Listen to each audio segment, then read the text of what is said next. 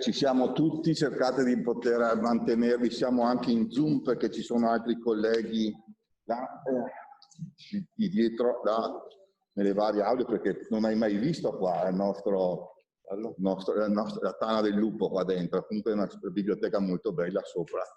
E sicuramente, signori, io direi di cominciare, visto il tempo che stringe. Mi sono tenuto delle cose, Federico, scritte proprio per poter stare dritto, Luca, e andare avanti, perché oggi è una giornata estremamente importante per questo Ateneo in generale, ma anche per la scuola di medicina, perché tutti i componenti della scuola di medicina hanno dato un contributo veramente enorme e di grande lustro per la città di Verona, per la nazione, e diciamo che ci siamo anche spostati fuori dallo stivale italico. Perciò io devo parlarvi con calma per i giornalisti, perché non vorrei che ci fossero delle cose non capite. Poi voi giornalisti parlerete quando poi avrà finito il Presidente e il nostro Sindaco, li lasciamo liberi, e farete le interviste ai vari responsabili di questi studi e di queste nostre ricerche, che sono a vostra disposizione per potervi dare delle delucidazioni più importanti, ma ovviamente con più tempo dobbiamo lasciare i nostri ospiti, le nostre persone che sono venute oggi a trovarci con grande entusiasmo. Vi devo dire queste cose. Allora, il programma di oggi: la sperimentazione del vaccino, progetto Spallanzani, che avete già sentito, e il progetto per lavorare l'obiettivo per la prevenzione, il progetto Sentinella, con l'aiuto del nostro sindaco. E dopo c'è anche un progetto molto importante che vi parlerò, tutto il lavoro fatto dai nostri ricercatori che hanno promosso delle ricerche, delle terapie mediche innovative e dei programmi molto molto interessanti che sono stati approvati dalla comunità nazionale ed internazionale. Il nostro silenzio in questo periodo è stato un segno di silenzio importante, perché tutti gli operatori erano impegnati nella possibilità di questa corsa contro il tempo. Ed è ovvio che questo Ateneo ha voluto dimostrare, benché molto giovane, di poter avere una capacità proprio di fare squadra con tantissime persone al di fuori di Verona e poter essere veramente competitivi. Questo ovviamente mi dà una grande gioia, e sono onorato di poter seguirvi e guidarvi in questo momento così veramente molto difficile. Il Presidente è qui, purtroppo è venuto un po' spesso in questi giorni in Verona per tutti i fatti che non legati alla pandemia, ma per cose altre, anche queste molto importanti. Ma rimaniamo nel nostro argomento, poi cederò la parola al nostro Presidente. La sperimentazione del vaccino è un vaccino completamente italiano. Questo vaccino inizierà il 7 settembre, avremo la prima somministrazione, viene fatto presso l'ospedale di Borgo Roma, all'8° piano, nel centro ricerche, diretto da dottor Stefano Milleri. Questo centro ricerche vive perché il Presidente della Regione Veneto sovvenziona il 51% e l'università il 49%. Perciò questo è molto importante, sapere che in tempi non sospetti il Presidente Zaia ci appoggiava in silenzio, ci dava una mano per poter andare avanti in questa grande operazione. È un vaccino che ha dato un ottimo risultato immunitario ed è un vaccino con un ottimo profilo di sicurezza, perché moltissimi ci chiedono questo, ma però aspettiamo un attimo di poter avere dei dati in mano. Perciò direi che questo è un argomento che poi ci saranno gli addetti per i giornalisti che volete poi intervistare. Progetto Sentinella. Il progetto Sentinella nasce da una richiesta dell'avvocato Federico Sborina, nostro sindaco, nello studio della professoressa Evelina Tacconelli con me presente, ci eravamo posti dei quesiti di poter fare un qualcosa di più per i cittadini, un qualcosa di più che fosse per i cittadini veronesi e provincia, ma un qualcosa di più che potesse essere preso anche a modello per tutti. E questo progetto Sentinella nasce con l'Università di Verona, ovviamente, con l'azienda ospedaliera insieme, con il Comune di Verona, perciò e con la provincia di Verona. Lo scopo principale è identificare precocemente la diffusione del virus nella popolazione di Verona al fine di mettere in atto interventi efficaci di prevenzione per evitare una diffusione massiva, diminuire l'aumento della mortalità nelle persone fragili ed evitare la congestione degli ospedali. Questo è il nostro AIMS che vogliamo fare. Il progetto si inserisce, si integra nella programmazione regionale veneta della fase 3, andando a identificare gruppi di soggetti residenti domiciliati nel comune di Verona come popolazione sentinella che possano presentare precocemente i segni della diffusione. Quali sono, per cortesia, un po' di silenzio perché il tempo è poco e dobbiamo essere chiari. Soggetti di sesso femminile con età superiore a 75 anni e soggetti di sesso maschile con età superiore ai 65, conducenti di mezzi pubblici, autobus, linee urbane ed extraurbane e taxi, lavoratori addetti al banco cassa del settore della ristorazione e dei supermercati o ipermercati, studenti dell'Università di Verona, con particolare riferimento a quanti alloggiano presso le residenze universitarie gestite dall'ESU, ente della Regione Veneto, operatori della ristorazione, bar e mense e delle pulizie delle strutture sanitarie e o delle grandi aziende. Gli eventuali soggetti positivi, asintomatici o sintomatici saranno seguiti secondo i protocolli sanitari previsti dalla Regione Veneto. Il progetto è coordinato dal sottoscritto, dalla professoressa Evelina Tacconelli, dal professor Roberto Leone e vede il coinvolgimento di numerosi esperti dell'università e dell'azienda ospedaliera e della US9, quali Corrado Barbui, Davide Gibellini, Domenico Girelli, Roberta Ioppi, Giuseppe Lippi, Stefania Montemezzi, che è la presidente dei medici ospedalieri radiologa, Albino Poli, Stefano Porru, Elda Righi e Giuseppe Verlato. La realizzazione del progetto Sentinella è possibile grazie alla raccolta di fondi promossa dal gruppo Atesis con il comune guidato dal sindaco Sborina, la provincia di Verona presieduta dal dottor Scalzotto e dalla Fondazione Comunità Veronese e quindi grazie alla generosità della popolazione veronese. Ricerche in ambito terapeutico. Da aprile la divisione di malattie infettive del Dipartimento di Diagnostica e Sanità Pubblica dell'Università di Verona e il centro coordinatore italiano di Solidarity, importante trial multicentrico, multinazionale promosso dall'Organizzazione Mondiale della Sanità e autorizzato dall'Agenzia Italiana del Farmaco con l'obiettivo di valutare le differenti strategie terapeutiche tra cui antivirali da soli o in combinazione con interferone beta, clorochina e idrossiclorochina. Da maggio Verona insieme a Milano coordina anche Amuravid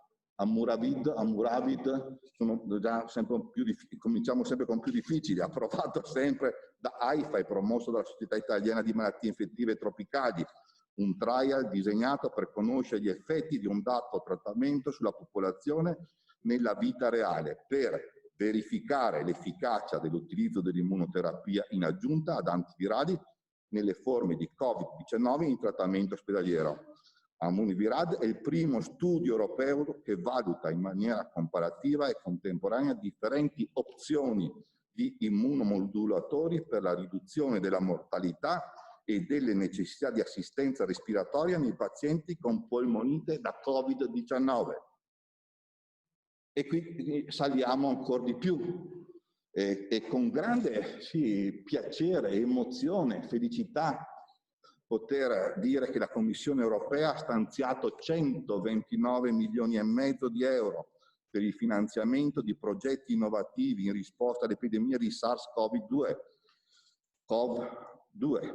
L'11 agosto 2020 la Commissione europea ha annunciato che 23 progetti sono stati selezionati per il finanziamento.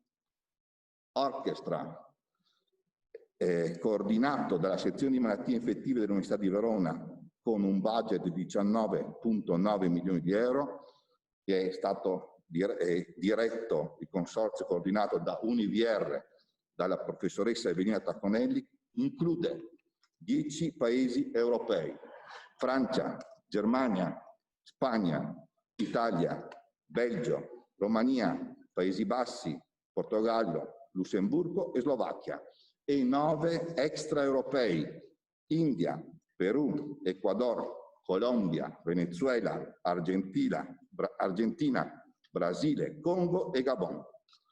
Lo scopo principale di Orchestra è la creazione di una corte paneuropea per la definizione di modelli di prevenzione e di terapia efficaci per l'infezione da SARS-CoV-2.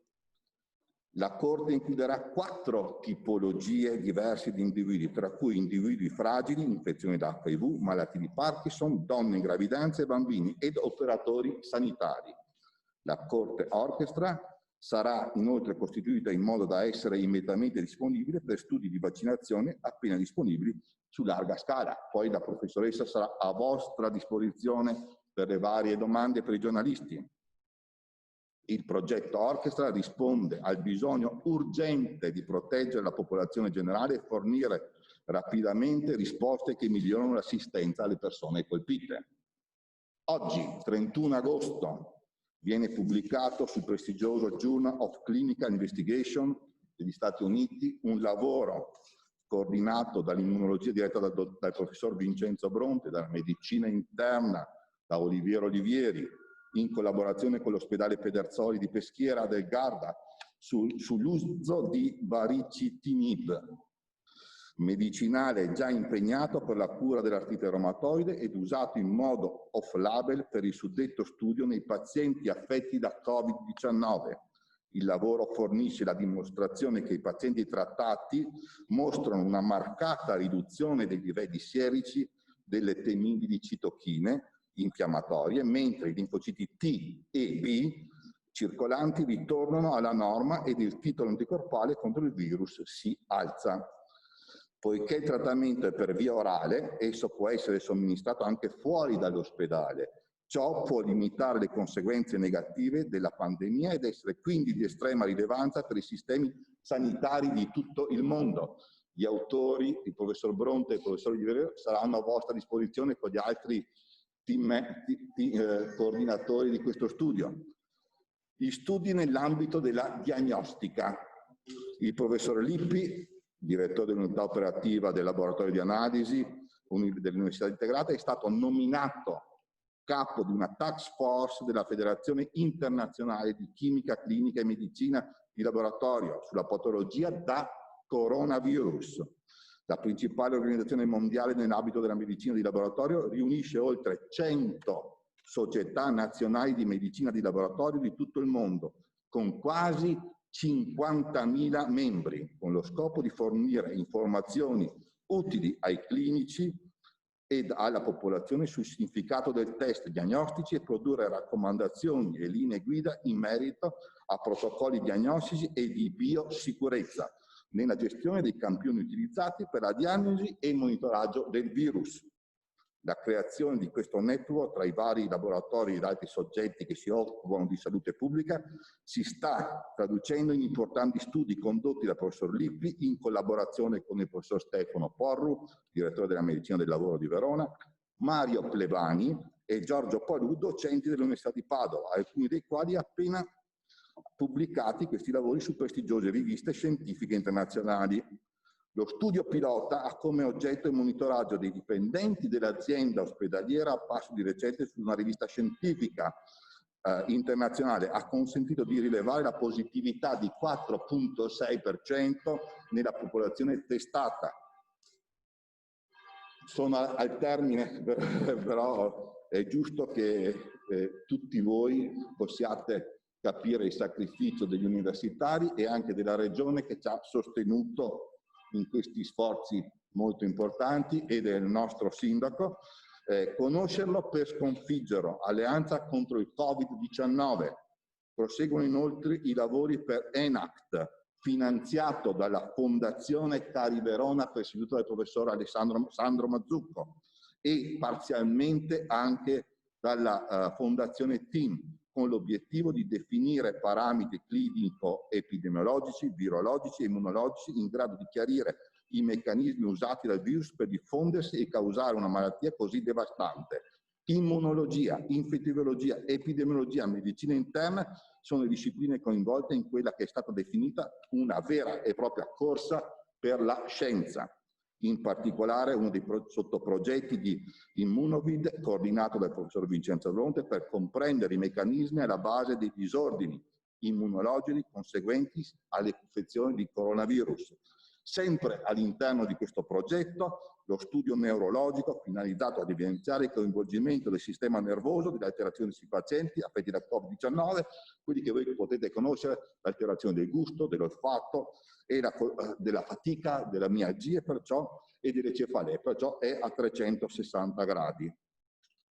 Sto terminando con un altro lavoro portato a termine, della medicina del lavoro diretto dal professor Stefano Porro, sta portando avanti un lavoro di sorveglianza sul personale sanitario della OI di Verona. Lo studio ha una delle più grandi casistiche del mondo ed è stato pubblicato sull'International Journal of Environment Research and Public Health. Sempre la medicina del lavoro in collaborazione con il laboratorio di analisi del professor Lippi, della statistica medica del professor Berlato e con il servizio di rischio clinico di Stefano Tardio sta conducendo inoltre uno studio epidemiologico per la valutazione della risposta anticorpale tra il personale sanitario. Non volendo escludere nessuno, le mie domande, quando ci siamo sentiti il 22 di febbraio che stava partendo tutto, ho voluto anche indagare l'ambito psichiatrico e qui abbiamo due nostri studi importanti sull'ambito psichiatrico condotti dal professor Corrado Barbui e dal professor La Salvia, e sono degli studi molto importanti che vedono un po' il comportamento dopo questo tipo di trauma che abbiamo avuto sia dei pazienti ma anche di tutti gli operatori sanitari che hanno partecipato a questa corsa per la vita. L'unica nota serena, un po' leggera, ma di grande successo, è il monitoraggio dei campionati del mondo di Cortina 2021. Nulla è ancora certo, tutto quello che vi ho detto è operativo da oggi. La cosa carina è che sto avendo contatti sempre più importanti con la nazionale di sci americana, e per i campionati del mondo ed eventualmente per Cortina 2021 gli sponsor della nazionale, che hanno stati loro avere i contatti con noi, vorrebbero che l'Università degli Studi di Verona li seguisse sotto il profilo del Covid-19. Perciò ritengo che questo, e nelle loro tappe europee, ritengo che questo sia una cosa bellissima. Diciamo, su tutte cose così importanti, è la cosa, diciamo, meno importante, ma che dà un senso a tutto questo sacrificio. Scusatemi la lungaggine, ma era importante che io rispettassi il lavoro di tutti i miei scienziati, ricercatori che hanno lavorato in maniera durissima in questo periodo incerto, e ringrazio il presidente Zaia di essere qui, perché per me è una cosa molto importante, ma non per me, per tutto l'Ateneo è importante, e la presenza dell'avvocato Federico Sborina, che qui è più di casa, va con noi perché siamo più, però direi che siamo tutti molto felici e porto i saluti di tutto l'Ateneo a te, Presidente. Grazie. Grazie. Prego.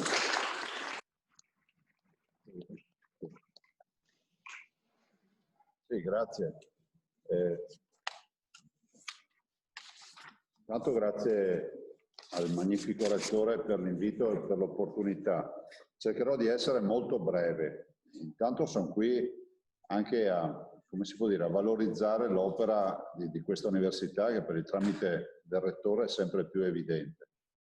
Se c'è una roba che è certa, io non ho mai avuto un rettore che mi stressa la vita come l'attuale rettore, nel senso che è un mastino e quindi ha sempre progetti, sempre iniziative, e penso che la Regione debba anche rendere grazie al grande lavoro che avete fatto come università durante il Covid e che farete. C'è un sacco di iniziative delle quali avete sentito parlare, so che il professor Nocini le segue, ci tiene, me ne parla spesso. Però oggi direi che la partita di 20 milioni di euro, dei 19 milioni e 9 dei 10 paesi europei più 9 non europei, quindi extraeuropei, e del grande studio che citava prima il professor Nocini, orchestra o orchestra, non so, dipende come lo volete pronunciare, va nella direzione della prevenzione delle cure del Covid. E io penso che questo sia un punto a favore dell'Università di Verona. Ringrazio e saluto la professoressa Tacconelli che è qui, che è capo progetto, e colei che poi ha promosso questa iniziativa, perché oggi pone al centro del mondo Verona. Poi e quando c'è Verona c'è il Veneto, quindi siamo qua apposta. Certo. E io sono orgoglioso di questi scienziati che magari vanno poco sui giornali, che magari sono poco noti, però i pazienti li vedono, i pazienti li curano e non è una cosa da poco, visto e considerato che noi abbiamo avuto, vorrei ricordarvi, 2100 morti, oltre 21.000 persone che hanno avuto la loro positività e abbiamo avuto ovviamente non pochi guai durante questa vicenda. Abbiamo visto che il virus si sta comportando in maniera diversa, passatemi in termini poco scientifici. Vediamo che il 96%, il 94% oggi dei sintomatici, dei positivi non sono sintomatici. Vediamo che non abbiamo assolutamente, ai giornalisti lo dico, non abbiamo assolutamente un'emergenza sanitaria negli ospedali. Si vuole far passare l'idea di un Veneto del Veneto Lazzaretto. Non abbiamo un'emergenza sanitaria negli ospedali. In questo momento, mentre vi parlo, abbiamo 8 persone, forse 7, in tutte le terapie intensive del Veneto, le cui storie personali ve le potrei stare qui a elencare, che non c'entrano niente con il Covid, ma sono nelle terapie intensive del Veneto, contro le centinaia di persone che avevamo. Abbiamo 140 persone ricoverate in questo momento in tutti gli ospedali del Veneto, con evoluzioni di patologie magari connesse alla positività o disconnesse alla positività, che comunque verranno curate, verranno dimesse nella quasi totalità dei casi. Quindi parlare di emergenza sanitaria oggi in Veneto vuol dire degli ospedali, vuol dire raccontare bugie. Dall'altro il virus c'è ancora, non dobbiamo passare la guardia, sempre con la mascherina, ma abbiamo anche contezza di un fatto, che come c'è stata un'evoluzione nelle infettive, professoressa Tacconelli, nei protocolli che si sono evoluti, oggi siamo più bravi a intervenire rispetto al 21 febbraio, questo è logico. Mi permetto anche di dire, certo. Rettore, mi permetto anche di dire che il libretto uso e manutenzioni che ci hanno dato in mano il 21 febbraio era ridicolo. Sì. Cioè, se ci sono state innovazioni, sono venute fuori da chi ha lavorato in trincea, no? da coloro che magari ci hanno dato un librettino, ma oggettivamente oggi siamo più bravi, dobbiamo continuare a investire, abbiamo coscienza del fatto che la battaglia la vinceremo noi, punto. Ho visto qualcuno che si è agitato, poi chiudo, perché io ho detto, sì, guardate che noi siamo chiamati a fare delle tabelle, dei bollettini quotidiani in base alle linee guida, cioè non è che decidiamo noi se caricare un paziente sul bollettino o non caricarlo. Le linee guida oggi ci dicono che la positività, il paziente che diventa Covid è un paziente Covid, punto. Se poi è in ospedale perché è un malato terminale di cancro, piuttosto che un leucemico o da altre patologie, noi comunque dobbiamo segnare come paziente Covid. Per capirci, il paziente che viene ricoverato in terapia intensiva, un caso di una settimana fa, con un infarto, ma è positivo, va nei pazienti Covid. Ma non è una scelta nostra, è una scelta che ci è stata imposta dalle linee guida adottate, discutibili, le abbiamo contestate in tempi non sospetti. C'è qualcuno che evidentemente dorme anche quando cammina, dice Zaia ha sollevato questi problemi solo adesso. No, io li sto sollevando da febbraio, basterebbe vedere tutte le interviste che ho fatto dicendo, ve lo ricordate il dibattito? È morto con coronavirus o da coronavirus? Quante volte abbiamo sentito questa frase? Io dico, ma qualcuno aveva il cervello staccato nei mesi scorsi? È esattamente il vero tema oggi dei bollettini è questo. E io penso che sia sempre più corretto fare quello che noi abbiamo sempre proposto, cioè le patologie che portano al ricovero piuttosto che al decesso, se non sono correlate alla positività, devono dire che il paziente non è morto a causa del coronavirus o non si è ammalato a causa del coronavirus. Scusate, ma ci sarà molto dibattito anche in futuro su questo tema, è giusto sottolinearlo. Certo. Grazie ancora al Rettore, grazie per la disponibilità e per sempre questa comprovata voglia di collaborare, e penso insomma che questa università, anche con questa, come si può dire, si dice rettorato medico, perché adesso sì, è vero, cioè, abbiamo un medico rettore e penso che in questo momento sia ancora più strategico, dico solo questo, io non aggiungo altro e grazie. Pensavo di fare un rettorato più semplice, ma si vede che la prova è molto impegnativa. No, la verità è che quando ti candidano te la vendono che è giusto sindaco, sì, è una passeggiata. Una passeggiata, ecco. Beh, comunque queste cose qui sono realmente di questo gruppo molto importanti, perché hanno guardato anche l'immediatezza, no? Il gruppo di Oliviero Olivieri, Lunardi, Bronte hanno cercato, quando nel momento che dobbiamo ricordarci più buio della nostra vita, dove non sapevamo che cosa fare, e devo fare veramente un cenno di grande merito a queste 3, 4, 5, 6 colleghi che hanno cercato insieme col gruppo dell'ospedale di Pedersoli di poter creare. Però non vorrei trattenere il nostro sindaco, per piacere. Molto velocemente, anche perché non voglio andare oltre e sopra Luca Zaia, e quindi non voglio andare oltre quelle che sono state le sue riflessioni e le sue conclusioni. Quindi mi prendo il diritto, diciamo così, di portare i ringraziamenti, così a conclusione di questa conferenza stampa. Allora, innanzitutto i ringraziamenti all'università, perché prima si parlava di silenzio, è stato un silenzio operoso però, tanti hanno parlato, qualcuno ha parlato meno, ha lavorato molto di più e i risultati poi si vedono, e questo è quello che ci interessa. Quindi un'eccellenza della nostra città, un dinamismo, come sottolineato da Luca, che è importante e fondamentale, e soprattutto, mi permetto di dire, anche un fattore di collaborazione tra istituzioni che diventa importantissimo e fondamentale. L'abbiamo visto nel progetto Sentinella, dove io voglio sottolineare la generosità dei cittadini veronesi, perché sono stati raccolti più di 2 milioni di euro in modo molto frammentario, in modo molto parcellizzato, anche piccole somme, 10-20 euro, siamo arrivati a quella somma.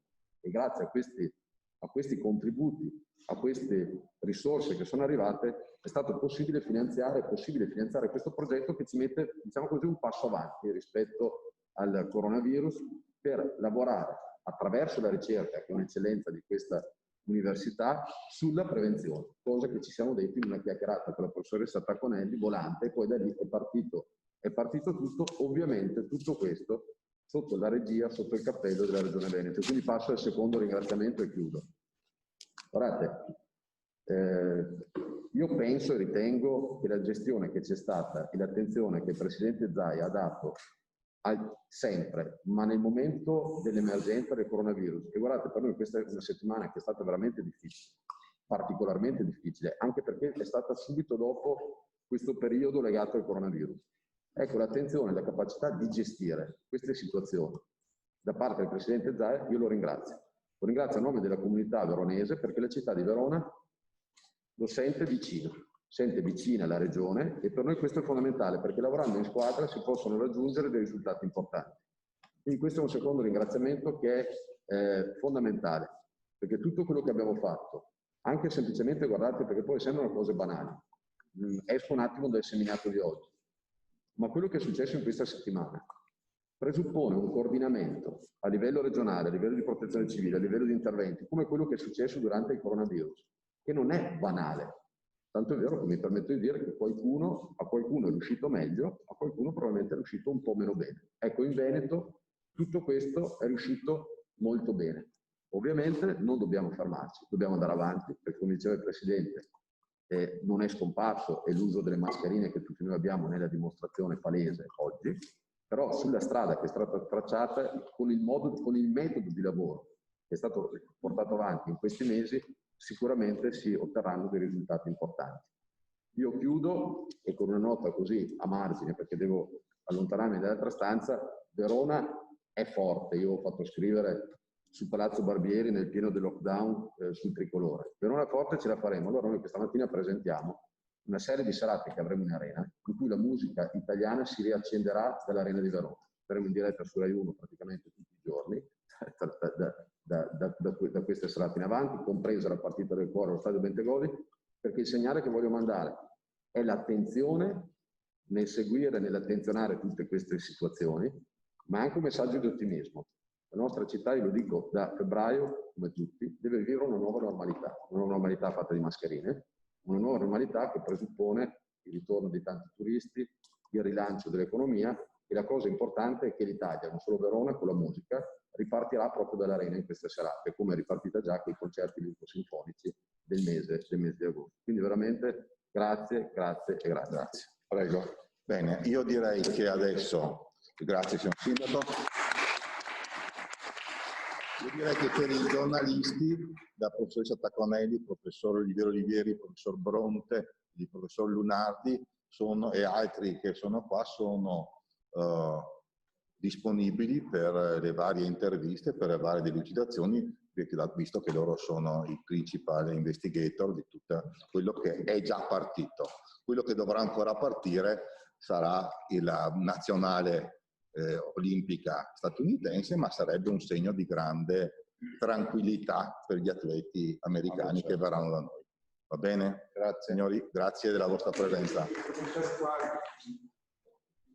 Sì. Abbiamo però delle domande un attimo dai giornalisti collegati. Sì, prego. Allora, prima di tutto sul modo per coprire l'evento, vorrei chiedere qualche dettaglio in più sul progetto di prevenzione su cassieri, studenti, operatori di demenza, eccetera. Quando parte, come si articola, su quante persone e per quanto tempo, e se sarà esteso tutto il Veneto.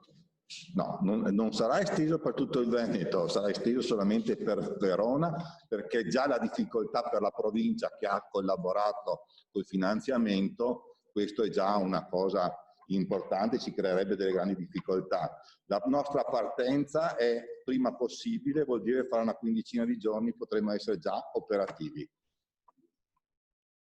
Filippo Dosato dei quotidiani Gedi, come si svolgerà la prima somministrazione del vaccino e a quanti volontari sarà somministrato? I volontari saranno 70 ad oggi e la prima somministrazione sarà il dottor Milleri, che è responsabile, e dovrebbero essere il 7 di settembre 3 persone, 3 pazienti. Non so dirvi se maschio o femmina, no, non so dirvi, però molte persone chiamano perché vogliono essere anche loro coinvolti in questo studio. Giornalisti di sala hanno domande? Io penso che i giornalisti di sala devono fare, secondo il mio giudizio, sentire la professoressa Tacconelli per i vari progetti che avevamo detto già, sono 3. Il professor Olivieri perché è stato con Bronte e Lunardi di fondamentali nell'arginare la situazione, hanno avuto questa idea per poter curare immediatamente nell'attesa del vaccino. Sono strategie mediche importantissime queste. E dopodiché, signori, tutti gli studi che stiamo facendo sono già in corso e con dei grandi successi che sono sul personale medico, infermieristico, ovviamente su tutti gli operatori sanitari, e questo ci dà una sicurezza che il cittadino può venire nei nostri luoghi di cura rischiando zero. Ecco, questo è l'obiettivo che l'Ateneo e la Presidenza del Veneto e il primo cittadino vuole che il cittadino di Verona e di tutto il Veneto possano dare negli ospedali in una maniera molto serena e essere protetti. Questo è l'obiettivo fondamentale e pochi discorsi alle fake news, che già è difficile andare avanti normalmente, se poi incrementiamo le sciocchezze è ancora sempre più difficili.